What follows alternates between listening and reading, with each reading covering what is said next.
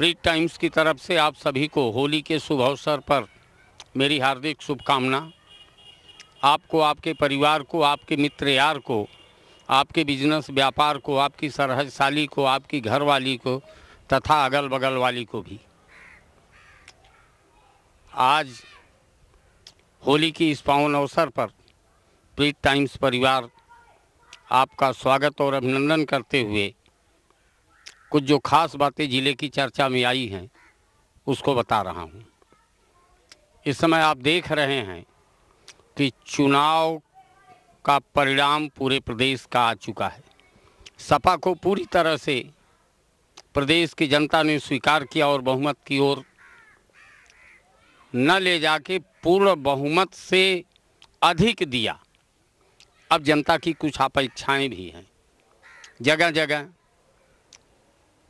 अखबार के दफ्तरों के फ़ोन घनघना रहे हैं। हम पोर्टल और चैनल वालों से पूछा जा रहा है अगला मुख्यमंत्री कौन होगा। अगला मुख्यमंत्री आपको 11 तारीख को ही पता चल जाएगा कौन हो रहा है, क्योंकि 10 तारीख को प्रदेश की राजधानी लखनऊ में समाजवादी पार्टी के विधायक मंडल दल की बैठक हो रही है, जिसमें विधानमंडल दल के नेता का चुनाव होगा। जो नेता चुनकर सामने आएगा, चाहे वो मुलायम सिंह जी हों या अखिलेश यादव, वही मुख्यमंत्री होंगे।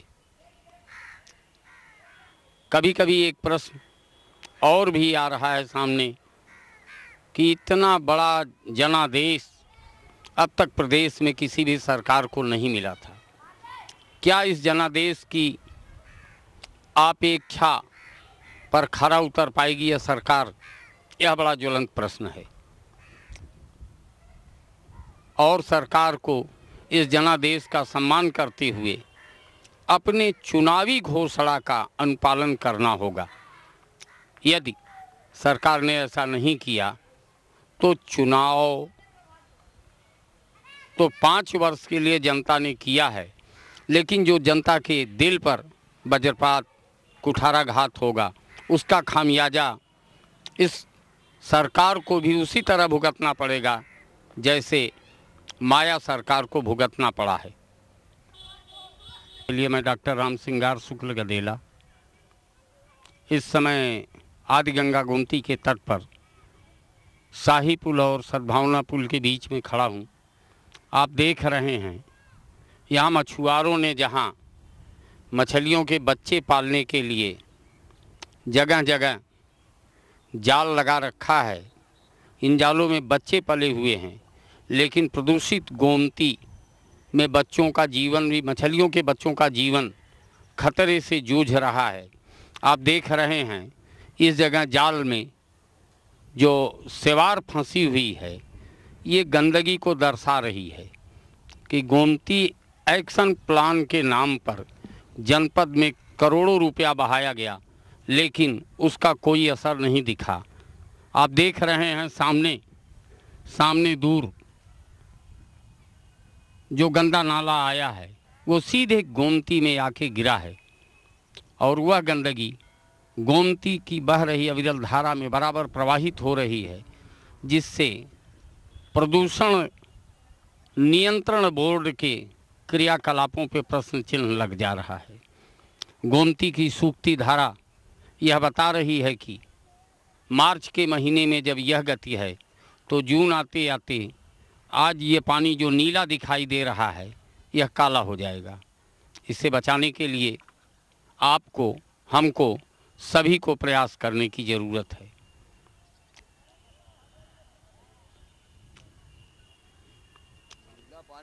आप देखिए शहर का गंदा पानी किस तरह से नालियों के रास्ते गोमती में आ रहा है, जिसके चलते गोमती का अस्तित्व खतरे में पड़ गया है। आप शाही नौकाएं किनारे लगा रहा करती थी, आज वहाँ कीचड़, काई और गंदगी ने अपना स्थान बना रखा है। कभी गोमती का जल पेयजल के लिए भी लोग प्रयोग करते थे, लेकिन प्रदूषण युक्त और गंदगी के चलते यह जल पेयजल के काबिल जानवरों के लिए भी नहीं रह गया है, लेकिन मजबूर मवेशी इसका पान कर रहे हैं। शाही पुल को देख रहे हैं आप, जो आज अपनी अस्मिता तो बचाए है, लेकिन आदि गंगा गोमती अपना अस्तित्व खोती जा रही हैं। गोमती एक्शन प्लान के नाम पर अब तक करोड़ों रुपया यहाँ खर्च किया गया। उस पैसे का हिसाब आप अगर विभाग से जन सूचना अधिकार के तहत लेना चाहें तो मिल तो जाएगा, लेकिन गोमती एक्शन प्लान के नाम पर जो भी कार्य हुआ है वह मात्र कागजों में सिपट कर रह जाएगा या मिलेगा ही नहीं। यह हाल है गोमती में बहकर आने वाले पानी। यह दूषित पानी जब गोमती की धारा में विलीन होगा तो उस समय गोमती किस रूप में होगी?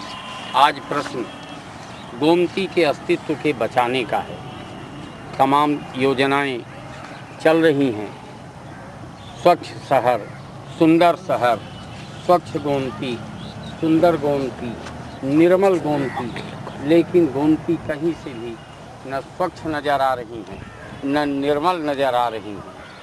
केवल इतिहास के पन्नों में आदि गंगा गोमती कहकर इसे पूर्णता नहीं दी जा सकती। इसे अगर पूर्णता देना है तो हम सभी को यह सोचना होगा, विचारना होगा कि गोमती को प्रदूषण मुक्त करने के लिए संकल्प की ज़रूरत है। संकल्प के अलावा कोई विकल्प नहीं है।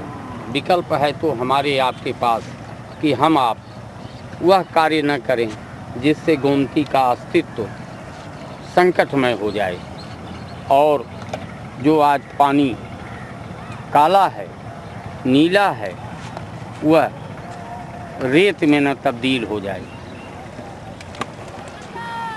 प्रदूषित गोमती के दृश्य को दिखाने के लिए मैं फ्री टाइम से मैं डॉक्टर राम सिंगार शुक्ल गदेला आपका पुनः स्वागत करता हूं और होली की शुभकामना देता हूं।